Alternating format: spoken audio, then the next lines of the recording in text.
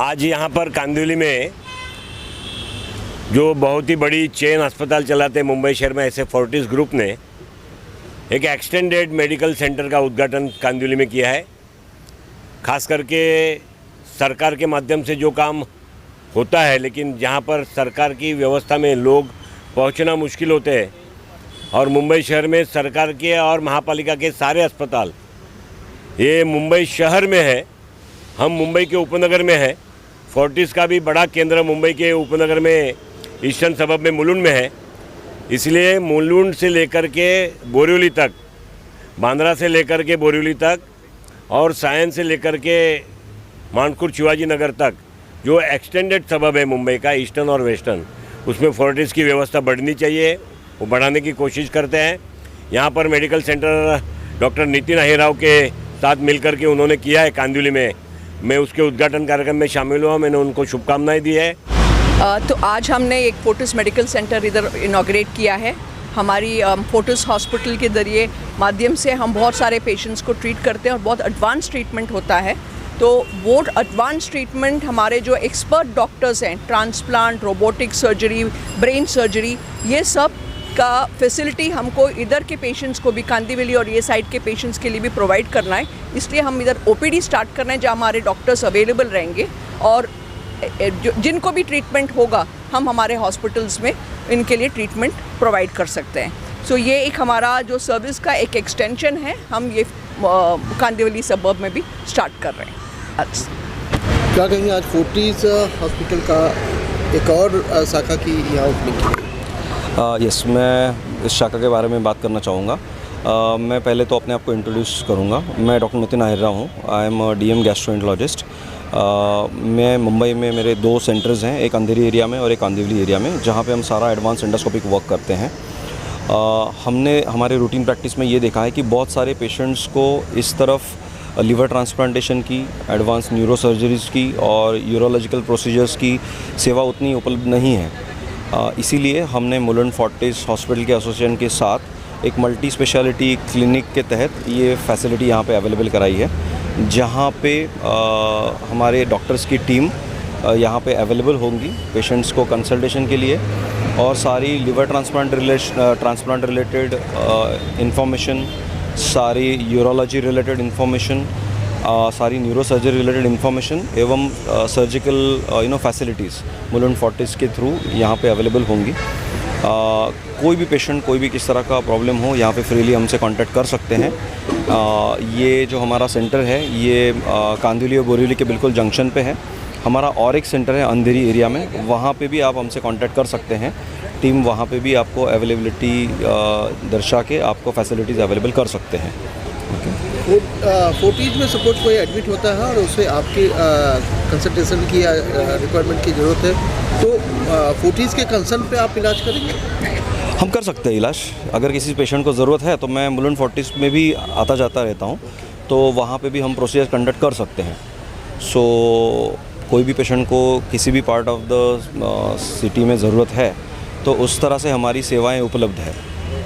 Fortis hospital का आज शुभारंभ किया गया है, क्या स्पेशलिटी है? तो फोर्टिस हॉस्पिटल मुलुंड से हमें हमेशा हमारा क्लिनिकल टैलेंट पर गर्व रहा है, लेकिन हमें हमेशा यही लगा है कि पेशेंट को फिर, अब यहाँ के जो पेशेंट है समझो इतना दूर आने को उनको मुश्किल होता है, तो हमेशा वो हमको ध्यान में था कि हम कैसे इस तरह से हमारा जो एक्सपर्टीज़ है वो लोगों के पास में ले सकें।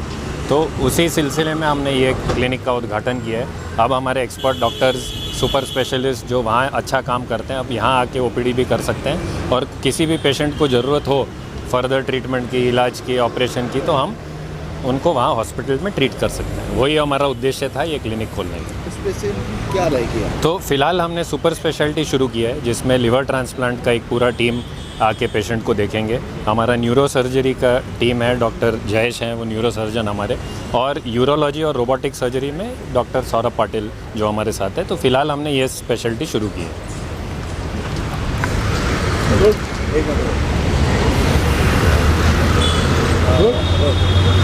जब भी हम हॉस्पिटल की बात करते हैं तो सबसे पहले आता है कि बहुत महंगा होगा, अगर अच्छी फैसिलिटी दे रहे हैं तो ये किस तरह के लोगों के लिए बहुत सुविधादायक होगा?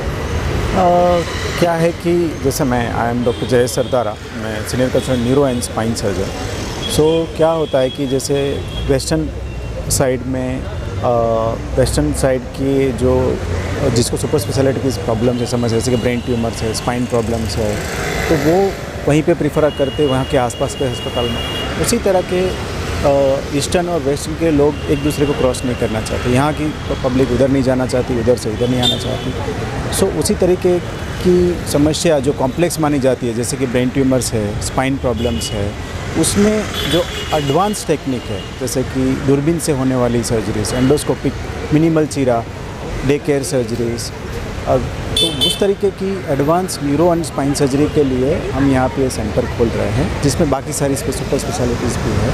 तो यहाँ पे उसका pre operative and post operative evaluation किया जाएगा और फिर ऐसे मरीज़ों को वहाँ पे ऑपरेशन करके हम वापस उसको यहाँ पे अच्छे से इलाज दे पाएंगे। एक सवाल है, आजकल पूरा देश राममय हुआ है, काफ़ी ऐसे केसेस आ रहे हैं जो महिलाएं जो प्रेग्नेंट है, जिनका अभी हाल में डिलीवरी होने वाली है, वो चाहती है कि उनकी डिलीवरी जो है 22 जनवरी को ही हो। अच्छा, वो भले प्री मेच्योर हो, तो इसको लेकर क्या खतरा है या क्या अवेयरनेस करेंगे?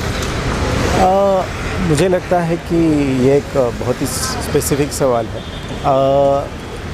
अगर कुछ केसेस है जो सिंपल है, जो जिस डेट को जो डिलीवरी होनी चाहिए उसी के आसपास है, तो वो बिल्कुल सोच सकते हैं, बिकॉज़ ये आध्यात्मिक रिलेटेड इसमें इमोशंस जुड़े हुए हैं, तो उसमें वो ठीक बात है। बट अगर बहुत प्रीमेच्योर, जिसके 6 वीक से ज़्यादा बचा हुआ है जिसका पीरियड, उसमें मुझे लग रहा है कि उस तरीके का रिस्क लेना सही बात नहीं है।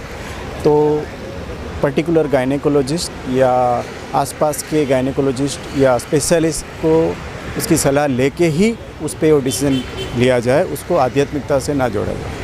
जो महिलाएं भावना में आकर हाँ। इस तरह का डिसीजन ले रही हैं, उन्हें क्या संदेश दें? मुझे लग रहा है एक बार गायनेकोलॉजिस्ट को दिखा के उससे विचार विमर्श करके ही उसका डिसीजन लिया जाए, क्योंकि बहुत सारी समस्याएं भी हो सकती है अगर आप समय से पहले डिलीवरी कराए या ऑपरेशन कराए और उसको नेचुरल तरीके से ना होने दे, तो उसमें दोनों का बैलेंस रखना, भावना वर्सेस मेडिकल साइंस, वो ज़्यादा उचित रहेगा। क्या आपके पेशे में हम मानते हैं कि इस तरह की चीज़ें अगर होती है तो करना चाहिए लोगों को, या बिल्कुल करना ही नहीं चाहिए, क्योंकि बहुत बड़ा रिस्क फैक्टर है? अगर बच्चा अनमेच्योर है, ट्यूबर, बहुत सारी चीज़ें हैं जो अनमेच्योर है, तो दिक्कत हो सकती है। मुझे लग रहा है कि उसका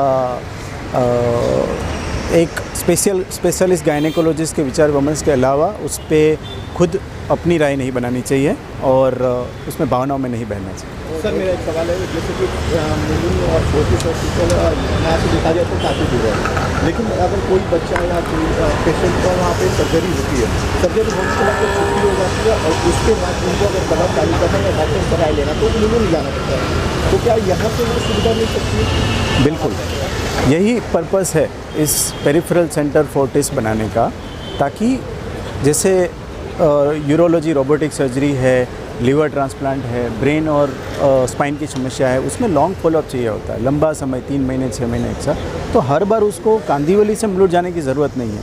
हम रेगुलरली यहाँ पे आते हैं, तो उसकी पोस्ट ऑपरेटिव केयर हम यहाँ पे उसी और इवन इकोनॉमिकली हम अच्छे से कर पाएंगे, यही उसका पर्पस। मतलब जो वहाँ पे डॉक्टर सर्जरी किए होंगे यहाँ पे भी अवेलेबल रहेंगे। इलाज आप स्पेसिफिक के तौर पे करेंगे सर, और क्या इकोनॉमिकली लोगों के लिए फ़ायदे रहेंगे? मैं डॉक्टर सौरभ हूँ, मैं यूरोलॉजिस्ट, यूरोलॉजिकल कैंसर एक्सपर्ट और रोबोटिक सर्जन हूँ। सो बेसिकली गए कुछ सालों में मेडिकल क्षेत्र में जो नई चीज़ें आई है, उसमें सबसे इम्पॉर्टेंट एक चीज़ है जो रोबोटिक सर्जरी हम बोलते हैं। रोबोटिक सर्जरी का महत्व पेशेंट के लिए इसलिए है बिकॉज छोटे से छोटे जगह पे जाके डिफ़िकल्ट पोजीशन, जैसे प्रोस्टेट अंदर छुपा हुआ ऑर्गन है हमारा, वहाँ पे जाके भी हम पेशेंट को बहुत अच्छे तरीके से ट्रीट कर सकते हैं और ये जो डिफ़िकल्ट सर्जरीज़ है बहुत इजी हो जाते हैं, पेशेंट को रिकवर होना इससे बहुत आसान हो जाता है और कम से कम मेडिसिन से वो ठीक हो सकते हैं ऑपरेशन के बाद। उन्हें ज़्यादा हायर एंटीबायोटिक्स की ज़रूरत नहीं पड़ती। इनफैक्ट फोर्टिस में हम ऑपरेशन के बाद एंटीबायोटिक्स नहीं दे रहे हैं, तो उससे साइड इफ़ेक्ट पेशेंट को कम हो रहे हैं। एनाल्जेसिक्स मतलब हायर दर्द की दवाई की उनको ज़रूरत नहीं है। 2 या 3 दिन में वो घर जा रहे हैं और विदिन 1 वीक अपना काम शुरू कर रहे हैं। तो ये सब लेटेस्ट एडवांसमेंट और ये सब चीज़ें not only in healthy people, in old और बुढ़ापे में भी 80-80 साल के पेशेंट्स में भी हमने ये सर्जरीज़ की है और जो सक्सेसफुल हुई है। कॉस्ट की अगर हम बात करें तो ये लेटेस्ट टेक्नोलॉजी है, तो ऑब्वियसली कोई भी टेक्नोलॉजी कॉस्टली रहेगी, बट हमने हॉस्पिटल में ऐसी कुछ चीज़ें की है जिससे हमने ये कॉस्ट इफ़ेक्टिव बनाई है। सबसे इम्पॉर्टेंट तो ये सब चीज़ें अभी इंश्योरेंस में कवर हो रही है, सबसे अच्छी बात है पेशेंट के लिए। जिनमें ये नहीं हो पाती है उनमें हम कम से कम बजट देते हैं, और उसमें काफ़ी सारी चीज़ें, जैसे पेशेंट को जब एडमिट करते हैं तो एडमिशन के बाद कम से कम हॉस्पिटलाइजेशन चार्जेस रहेंगे, हॉस्पिटल का जो दिन रहेंगे वो कम से कम रहेंगे, आईसीयू की ज़रूरत कम रहेगी, ब्लड शायद नहीं देना पड़ेगा, इंजेक्शंस कम रहेंगे। ये सब चीज़ें हमने कम की है ताकि पेशेंट जल्दी से जल्दी घर जाए और कम से कम खर्चे में वो घर जाए।